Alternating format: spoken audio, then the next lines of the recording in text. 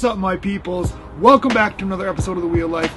My name is John, and on today's episode, we are going to talk about something that I actually hate talking about. My life expectancy as a quadriplegic. But I'm going to talk about it because I am sure there are many newly injured spinal cord injury survivors who have questions about their own life expectancy, and they haven't been addressed very well in the hospital setting. And I'm sure there are also many able-bodied people who would be curious about this topic as well. So I'm doing this topic for y'all, so you better hit that like button, leave me a comment, and subscribe to this channel. Let's get into it. You know, when I was newly injured 14, almost 15 years ago, I never really paid attention to what my life expectancy as a quadriplegic was, because back then I was too busy trying just to survive day to day. It really wasn't until I came home from the hospital and I became stable that I began to start to wonder, how long do people with spinal cord injuries live? You know, because when I was in the hospital, nobody really explained that aspect of this injury to me. So I began to do my own research on the lovely topic of death and spinal cord injury, and I'm going to share with you today what I have learned. The first thing that I discovered in my research is, man oh man, are we so blessed to be alive in this day and age. Because in like 1940, the average life expectancy for someone with a spinal cord injury was 18 months. And that is being super generous. There are many studies that show that after World War II, many spinal cord injured people only lived a matter of weeks. That's wild, right?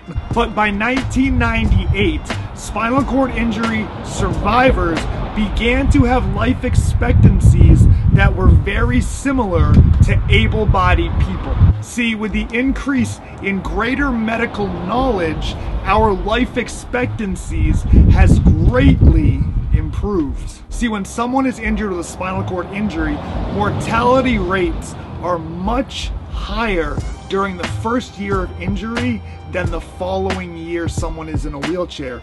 See, the first few years of having a spinal cord injury are really the hardest and the most dangerous. But even though our life expectancy is greatly improving with the medical knowledge and improvements over the years, our life expectancy is still below the life expectancies of those without a spinal cord injury. It's really also interesting to note that while our life expectancy is increasing, the rate of depression in those with a spinal cord injury has increased greatly as well. And let me tell you something, and I say this from the bottom of my heart, mental health is so important. So please, if you are depressed, if you are struggling, do not be afraid to say it and get help. As I have said before in other videos, it's okay to not be okay, but it's not okay if you are struggling and you don't do anything to help yourself and your mental health. One thing you learn throughout this injury is that mental health is legitimately half the battle. We have to be mentally strong, as well as physically strong, as well as spiritually strong. So you have to stay on top of these things. So our increased life expectancy is not only due to better medical care and better survival rates from initial injuries, but it is also due to the ability to recognize and treat the secondary complications that come along with having a spinal cord injury. These are secondary complications such as bladder infections, pressure sores, infections, and pneumonias, and that's just to name a few. See, what a lot of people need to understand is that it's not really the spinal cord injury in itself that affects our life expectancy. It's all the secondary issues that come with having a spinal cord injury. It's the secondary issues that are the real killer. See, in years past, the leading cause of death in people with spinal cord injuries was renal failure. And let me tell you something, I started to have renal failure a few years ago, and it was honestly terrifying. But thank God I recovered from that, thanks to the doctors and thanks to my family being on top of it. Today, however, the advances in urologic management have resulted in pretty big shifts in what are the leading causes of death in those with a spinal cord injury. Spinal cord injury survivors who have been enrolled in the National Spinal Cord Injury Database since its very beginning in 1973 have been followed for 40 years after their injury. And over those 40 long years, the causes of death that appear to have the greatest impact on a spinal cord injury survivor are pneumonia and septicemia, which can be caused by many things such as untreated pressure sores. So as I said, in a nutshell, it's not really the spinal cord injury itself that lowers our life expectancy, but it is all the fun little secondary issues and complications that accompany this grand, lovely injury that we're all stuck with. So to answer the question of what my life expectancy is, or what the life expectancy of other quads and paras is, it's really hard to do. Statistics say that we generally have like 40 years after our injury, and that's when it kind of shows people are dropping off and shipping off to the next life. But those statistics have not really been updated, and almost every person that I have talked to personally who has been injured for longer than 40 years, they are still living their lives full speed ahead. They are still independent, they are still fighting every day to live their lives to the best of their ability.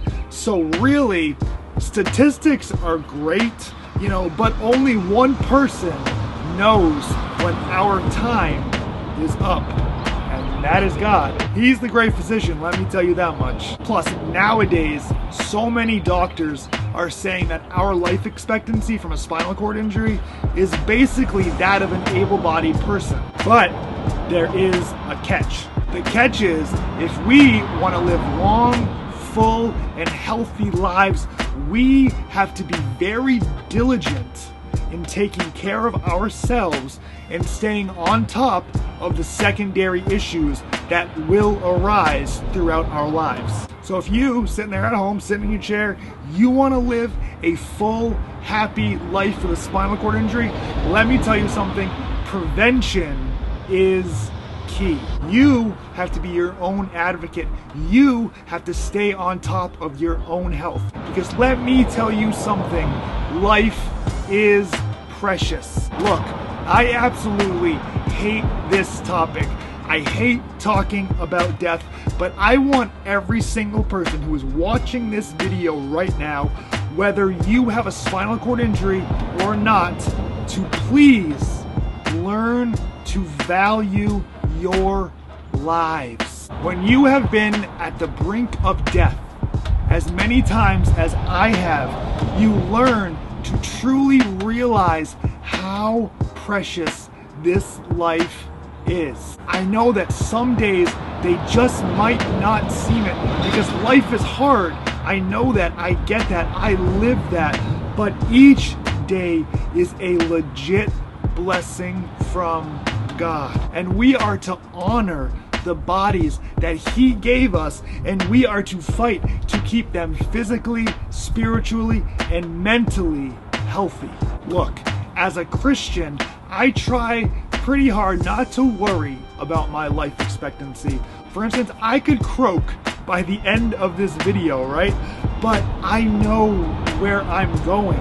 I know whether I wake up tomorrow or I don't, that it's all good in the hood, right? Drop an amen if you feel me. However, that doesn't mean that we are to live this life recklessly.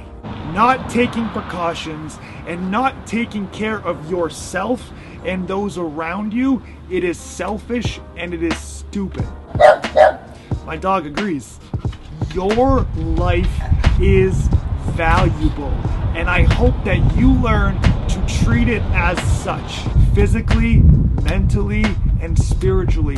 I hope y'all learn to treat yourselves. We are in this together. Well, that is this week's video. I hope this added value and encouragement in your life. And if it did, please leave a comment in the comments below and tell me. I read all the comments, I reply to them, and I love talking with each and every one of you. I'll be back next week with another video, so don't forget to hit that subscribe button so you don't miss out. I'll also put my social media links in the description below. I hope each and every one of you is staying safe. I hope you're keeping the faith. God bless, and let's go.